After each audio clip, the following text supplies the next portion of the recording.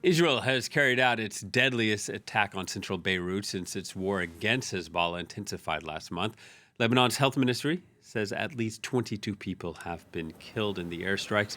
There are fears that toll will rise. The neighborhood that was hit is called Basta, a densely packed area of apartment buildings and small shops in the heart of Lebanon's capital. For locals, Basta does not have any public connotation with Hezbollah or any other political faction.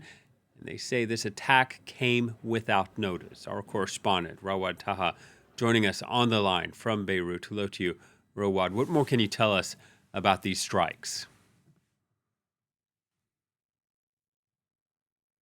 Beirut has been attacked over the past few weeks. This is a very densely populated area, an area that received no evacuation warning whatsoever. Everyone presumed that this area is not considered a Hezbollah stronghold and thus it is safe. According to the latest update from the Ministry of Health, at least 22 have been killed, 22 civilians have been killed in that airstrike, along with at least 110 injured. What we know for a fact, according to security sources, is that the target of that assassination was potentially Wafi Safa, the brother-in-law of Hassan Nasrallah, and he is responsible for Hezbollah's liaison and coordination unit. A lot of what's going on inside Lebanon, coordination with other Lebanese parties, as well with external actors as well. So this is the guy who's responsible for that. Nothing clear yet on his status, whether he was actually in the building or whether he was injured in that attack. But officials have indicated that he is alive. And also, another development, worrying development in Lebanon. The United Nations peacekeeping forces, UNIFIL, that came under fire on Thursday, and reports again this Friday of more fire. Tell us more about that. So we've been seeing multiple instances over the past few days between Israel and UNIFIL. We know for a fact that a few days ago, an Israeli group of troops were stationed near the Irish battalion of UNIFIL on the southern eastern part of Lebanon in Maroun al-Ras. Back then, UNIFIL called for the Israeli forces to retreat away from its observation base.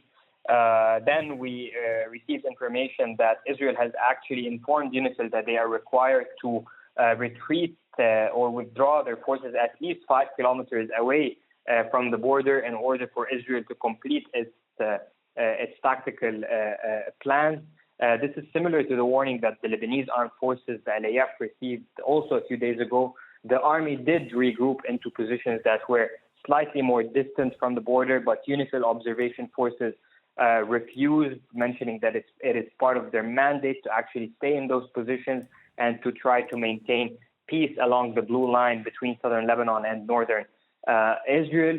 One important fact is the development we saw first yesterday. We've heard reports from UNIFIL that the Italian battalion, which is responsible for the southern western part near Nakura, has been also put in danger, and a number of Israeli shells landed nearby, as long as some shooting in the range.